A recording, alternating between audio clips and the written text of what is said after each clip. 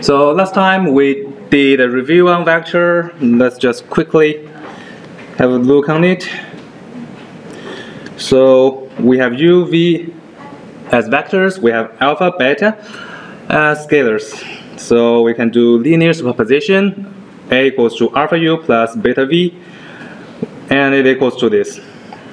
So we also defined some norms for vectors, where the L1 norm is the summation of the absolute value of every element inside the vector.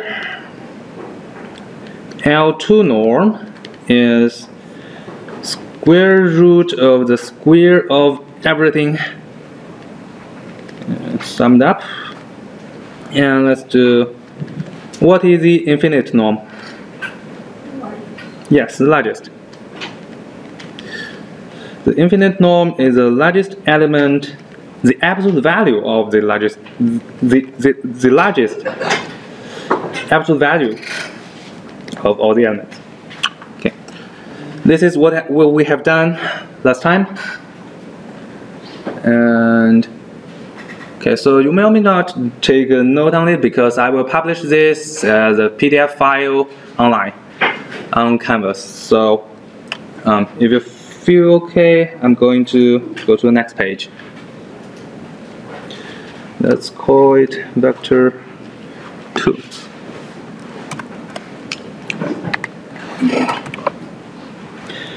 So today there's one thing missed last time, is the angle between two vectors.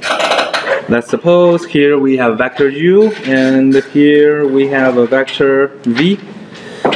Yeah, u and v are two favorite letters for vectors, and theta is an angle. So angle theta between u and v. Okay.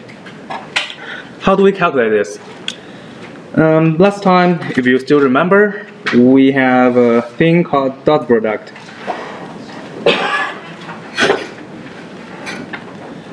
U dot v. Geometrically, u dot v can be represented in this way. U dot v equals to the length of u multiply the length of v multiply cosine theta. So here you notice that I used L2 norm, because L2 norm is really the default norm we use to measure length in our in the most of the space or group or whatever we use. But usually we just do an abbreviation. We write u dot v equals to norm of u multiply norm of v multiply cosine theta. And if we move these two terms to the left-hand side of the equation, we can get cosine theta equals to u dot v plus the multiplication of u and v norm. So why did you switch from the second, from L2 to L1? Well, this is just the definition we usually use. Okay. So actually, which norm you use depends on what kind of a space or what kind of a problem we're using, and it's about some more advanced mathematics. If you do want to know about that, take something in the real analysis or something. That will help you a lot. Okay.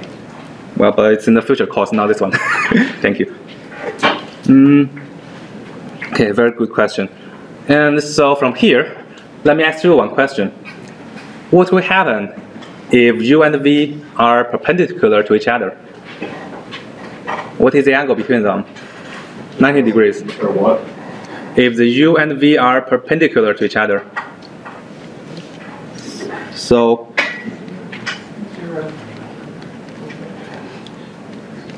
if theta equals to 90 degrees or half of pi or half of p. We have cosine theta equal to 0. Means what? U dot v equal to 0. This is a way how we determine whether two vectors are perpendicular to each other. So if their product is 0, u is perpendicular to v. But just remember one thing. In this case, u and v cannot be 0 vectors. If you multiply 0 vector to anything, it's still a 0, right? And to this point, this is all I want to share with you about vectors. And you've already seen that it's easy, and you should have already taken this in some of your previous courses, but you may or may not still remember it. And now let's move on to some more advanced topic. Yes, vector. Vector is finished, so let's do matrix. What is a matrix? A matrix is something that contains a lot of elements or numbers. Matrix. Let's give an example. This should be from the video where a equals to 1, 3, minus 2, 4. And let's get a vector. In the video, we've done such multiplication, which is 1, 3, minus 2, 4, minus 4, 1. This will equal to, so the first row multiply the first column, which is 1 multiplied minus 2 plus 3 times 1.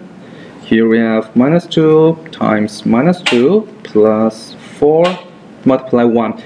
Here I'm writing dot for the times sign because it saves some space and saves some energy. And the result is 1 and 8. I think this is in the video, but I'm not sure whether you can still remember it. And I'm just copying it here. Let's look at what has happened. Here A is a 2 by 2 matrix, and V is a 2 by 1 vector.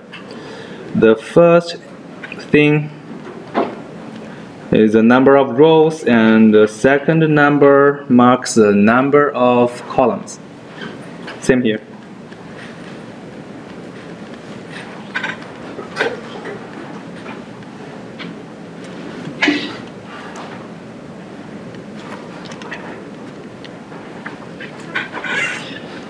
And here, what is the result? 2 by 1.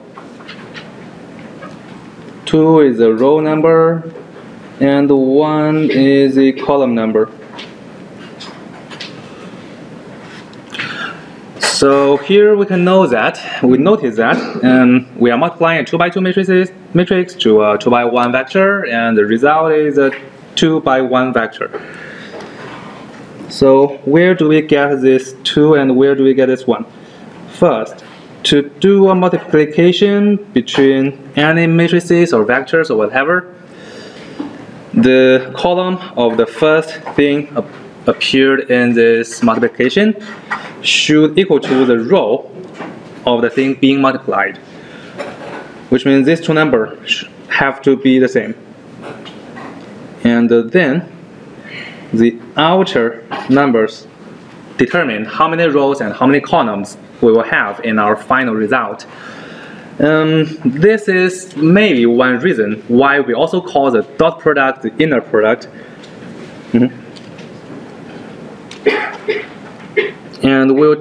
And let's look at some more examples, or let's generalize it. We can multiply a m, oh sorry, this is not m by n matrix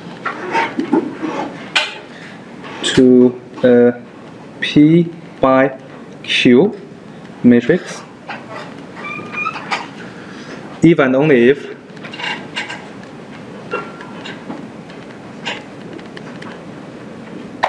n equals to P. So which means we can multiply M by N matrix to an N by Q matrix. Oh, sorry, this Q is not readable. I'm sorry.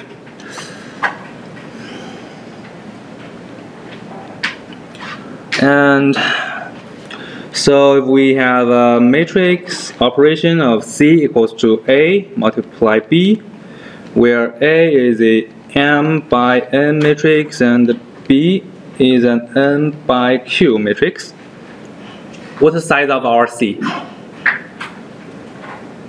So A is an M by N matrix and B is an N by Q matrix.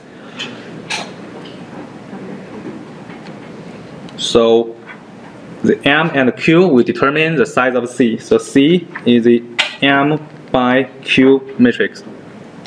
And each of the elements inside C can be calculated by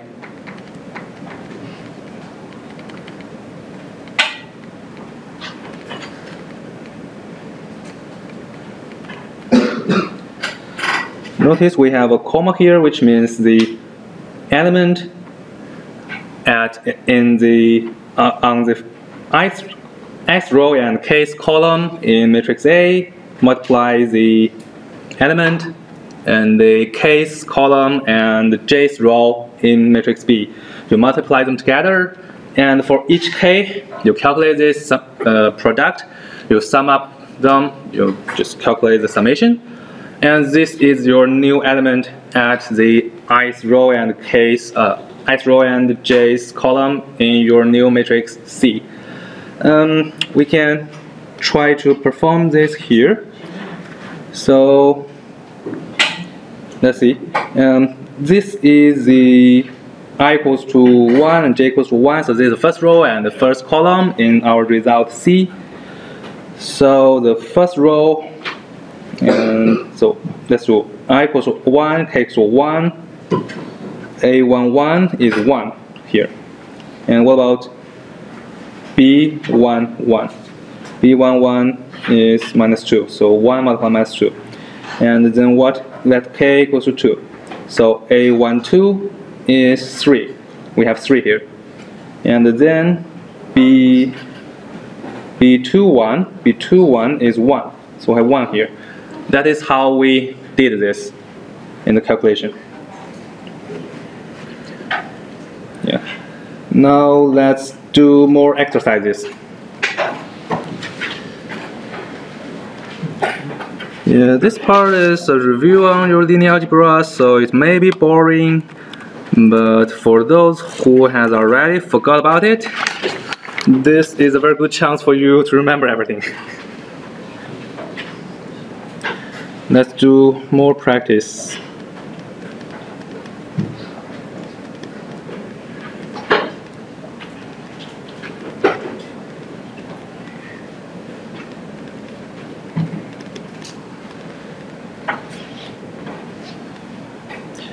So at this time, our A is a 2 by 3 matrix and our B is a 3 by 2 matrix. So if we calculate C equals to AB, what is the size of C? Oh, this is 5, I guess you're asking.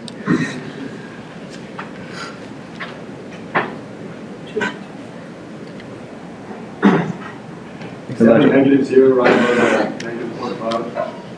Yes. So it's 1, -0, negative minus 0.5, 1 minus 1 minus 3. Is it too small for you in the back rows? Can you read this?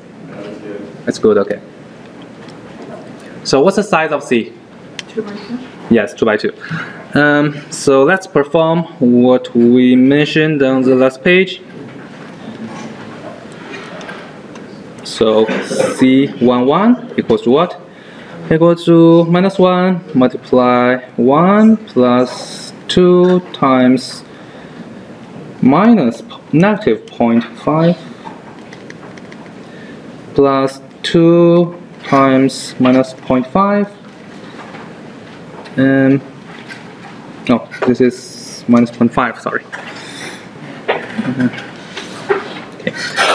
And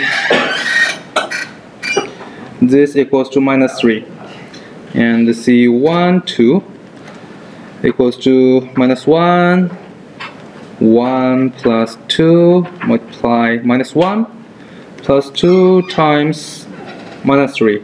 What is this?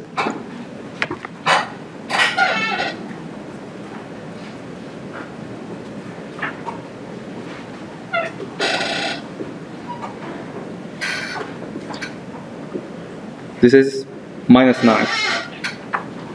So here we've done the first two elements in the result. So you notice that I omitted this comma there. Sometimes we keep it there, sometimes we do not. It depends on how complicated your index looks like. If your index has only one letter for row index and one letter for column index, you can omit that comma. If you have a very long expression for any one of the indices, you'd probably keep the comma or you'll confuse yourself. And what about, so what is C11? C11 is the element in the new matrix C in the first row and first column, and C12 is the first row and second column. What about, do we have a third row? Do we have a third column? No, we don't. It's a 2 by 2 matrix. Then let's go to the next row. In the next row, so we multiply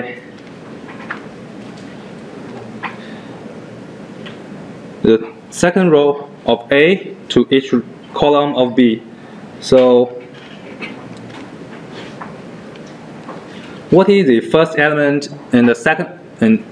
So what is A21? -3. Oh, this is so thin.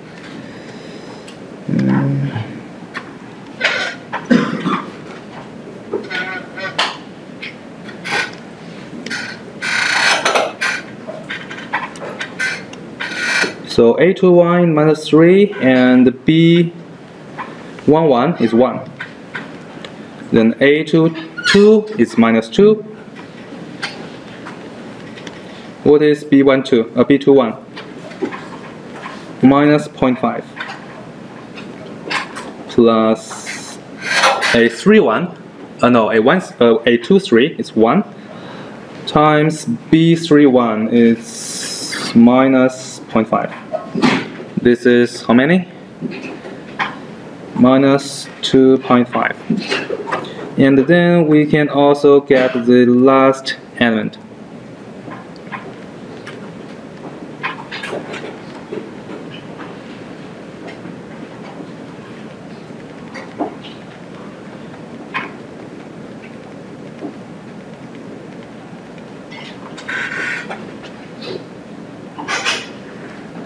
So in this way, if we just fill these numbers into the 4 positions in element C, we get our result.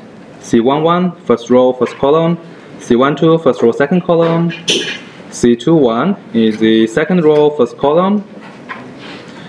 And C22 is the second row, second column. That is our C equals to A times B. So we can see that although after the calculation we shrink the size of the matrix, the intermediate process is quite complicated. That's why we want something to help us do this, and that's why we will later introduce computer to do this for us. But before we leave this page, what is D? So D equals to B times A. What is the size of D? 3 by 3, yes. So what does this tell us? It means AB does not equal to BA. Yeah, because this is a 2 by 2 matrix. However, this will be 3 by 3. If two vectors or two matrices they equal to each other, first they have to be the same size. And second, the element at all the positions should equal to each other. Or in short, they should look exactly the same. If they have a different size, they are not the same. So AB doesn't equal to BA. And so let's do a practice and calculate this D equal to BA. I will give you 5 minutes. No, 5 minutes too long. Let's do it in 2 minutes.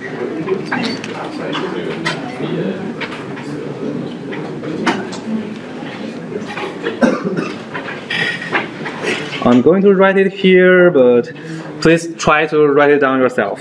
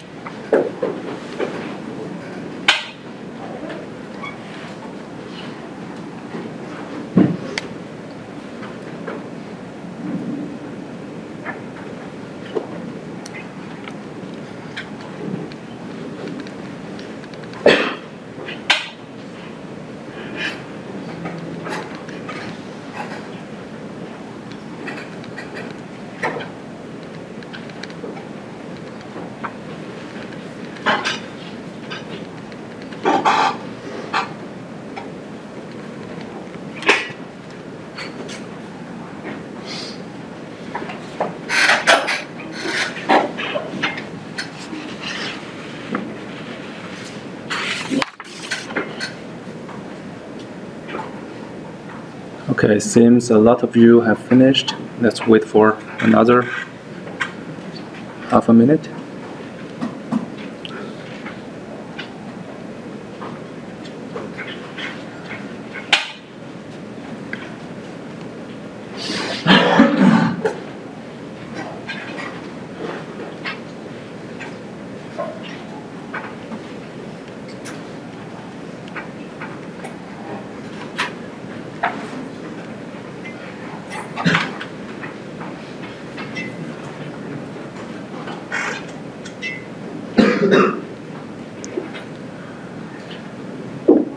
So you see, these parts are the same.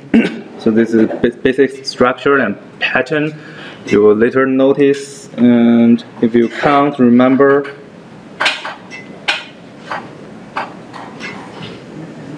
how to calculate each element is here.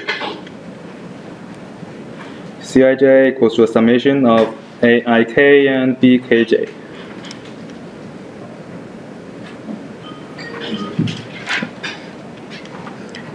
And now we can substitute everything into it. -4, 0, 3, 3.5, 1, -2. This is a 5.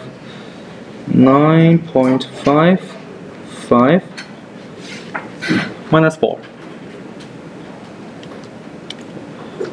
And if you are not very fluent with this, please just do some practice after class, because in the midterm exam and the final exam there will probably be 1 or 2 questions on this, especially on the first one.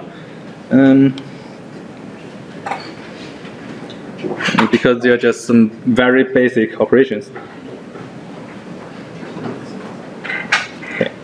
Now let's go to the next page. Sure.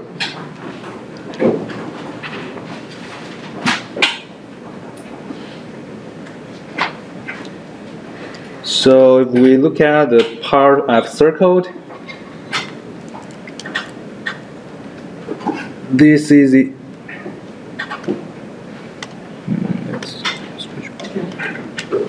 so this is the first row of B, and these are each columns in A. -1, -3 is the first column, -2 is the second column, 2, 1 is the third column. So this is how we do matrix multiplication. We multiply one row with one column to get one number, fill in that position, we go to the next row and next column and do this something like a dot product, get another number, fill it in.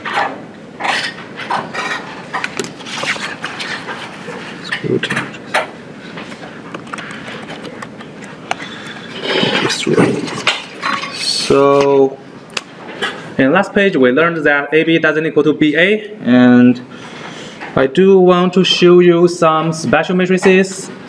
Although it is already in the video you've watched, I still want to cover them. So first, identity matrix. Let me write it down.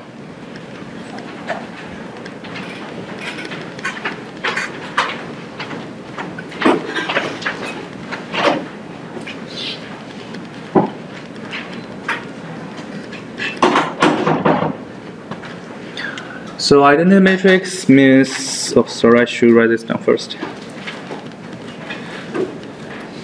Means all the elements on the major diagonal is 1, and all the other elements, they're all 0.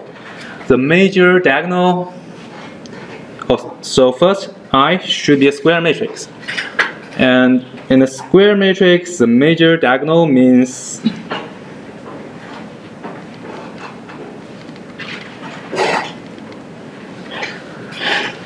major diagonal means where the row number and column number are the same, are identical.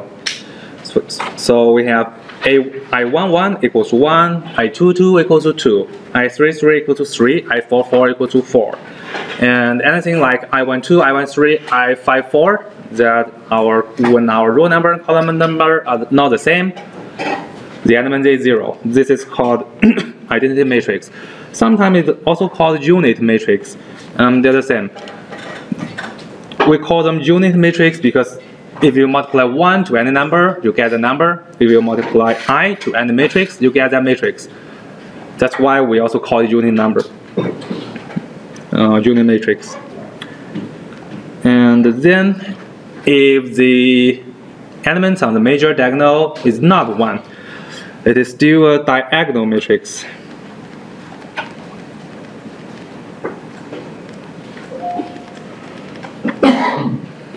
One example can be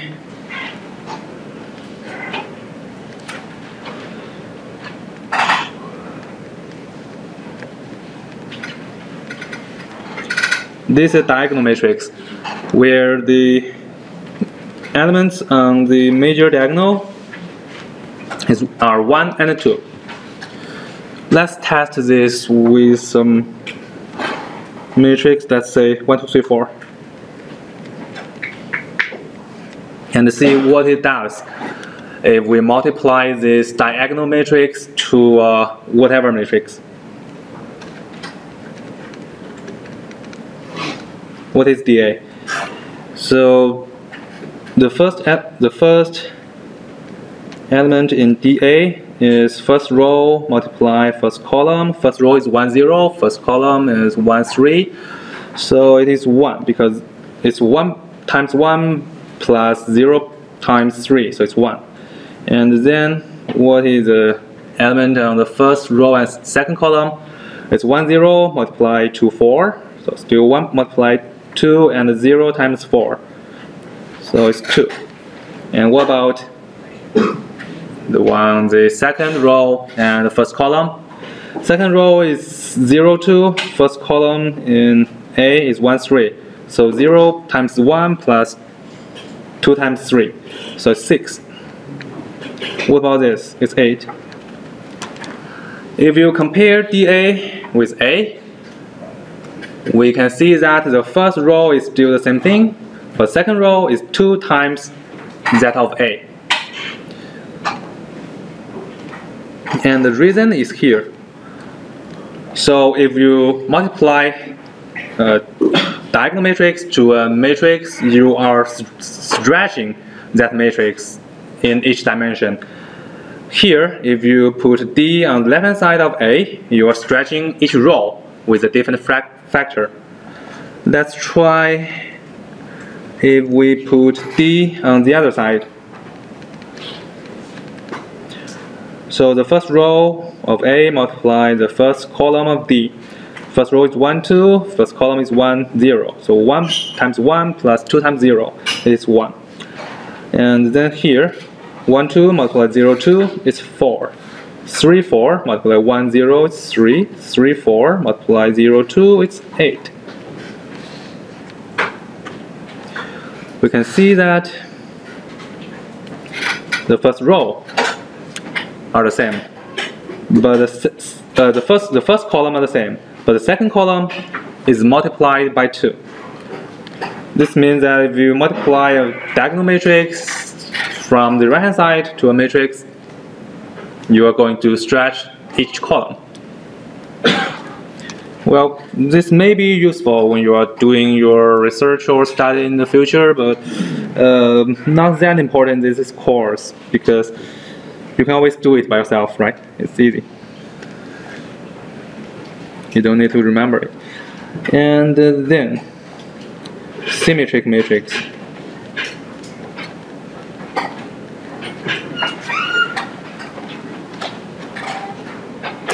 Symmetric matrix means a matrix equal to its transpose. If you write out all the elements, it means Aij equals to Aj I, where I and J are 1, 2, 3, 4, 5, 6, 7.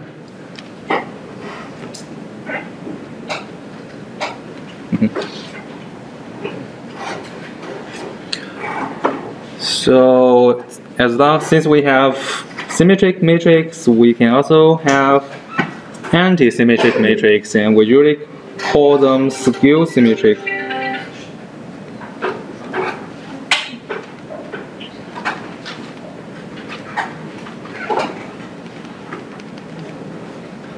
where A equals to minus A transpose, or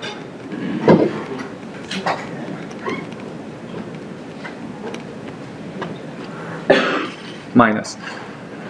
From here, did you notice something? Let me write it more compact. A, I, J. Did you notice something? What if I equals to J? If I equals to J, so I equals to minus I. What is I? You can find the number. If a number equals to the negative of this number, what is the number? 0. 0.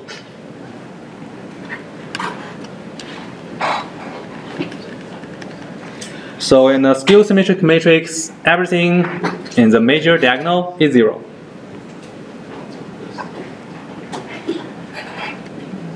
And in some future course, you may see this kind of skew symmetric matrix.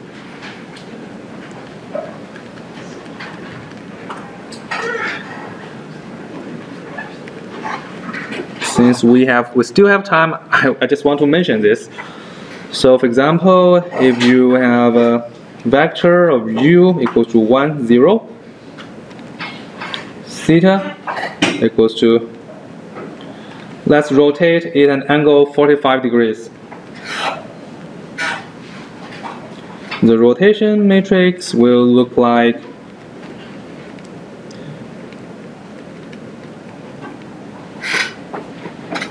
oh, sorry, this is not a skew symmetric matrix, I'm sorry.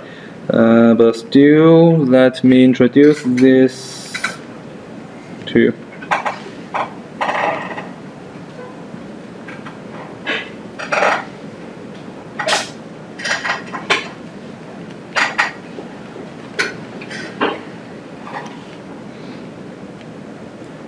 If you multiply this R matrix to your U vector, what do you have?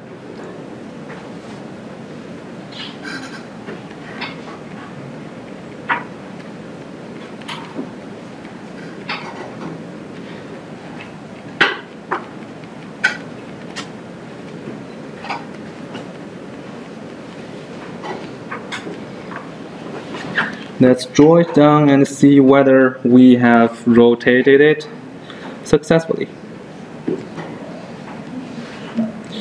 So let's say our U is originally here. This is 1, 0 point. This is our coordinate system. Originally we have our U at 1, 0. And after the rotation, after we multiplied R to U, we get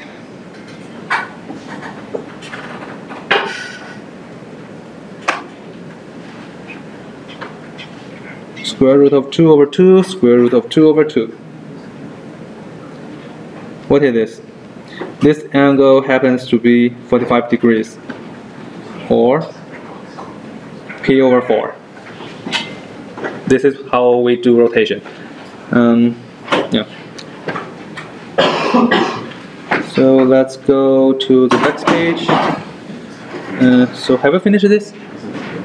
You don't need to actually. You can just download the PDF.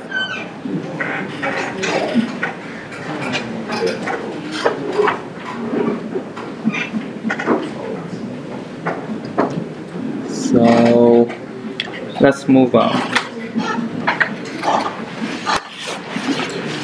We still have several minutes, and let me finish this so that most of you don't need to come next lecture or Friday. Well, you will probably not need to come on Friday, and I will tell you who doesn't need to come. Should be a lot of you. So there's very last thing I want to show you before I tell you who can just skip the next course. So we've learned that the dot product of U and V is UTV. 1, 2, 3, 4. is 1 multiply 3 plus 2 multiply 4 equals to 11. Have you ever considered what it is?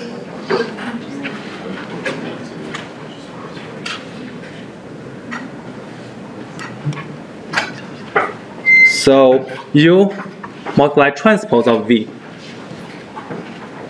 What will it look like? What's the size of it?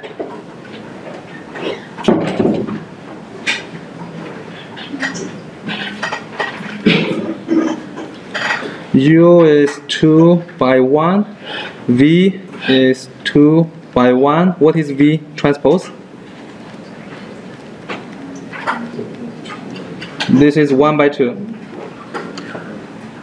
What is the result if you multiply 2 by 1 matrix to a 1 by 2 matrix? What is the size? 2 by 2. Yes, 2 by 2.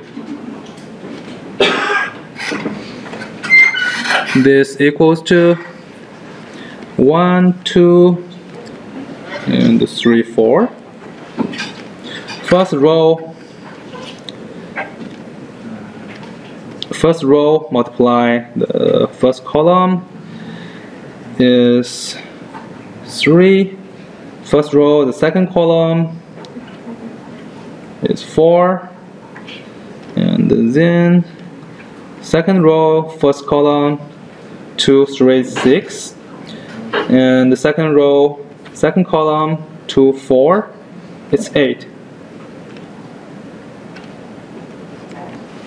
So again, you cannot simply switch the sequence of the two elements when you are doing a multiplication for vectors or matrices.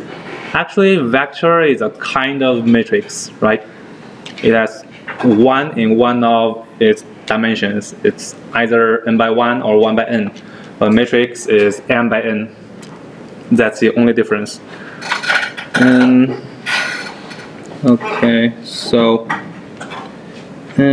for you to do your homework, there shall be one question asking you to write out the matrix form of the system of linear equations. And the matrix form means AX equal to B. Let me give you an example.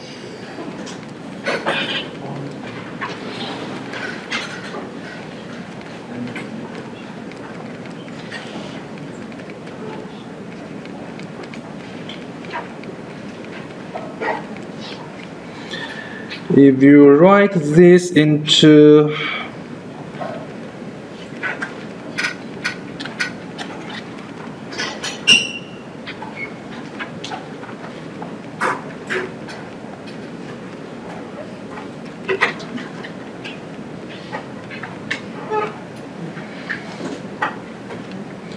this is our A matrix, or we sometimes call it the coefficient matrix. These are our unknowns, we want to solve for them, and this is the B, or the right-hand side. So this is X equal to B form, and this is called matrix form of our linear system of equations.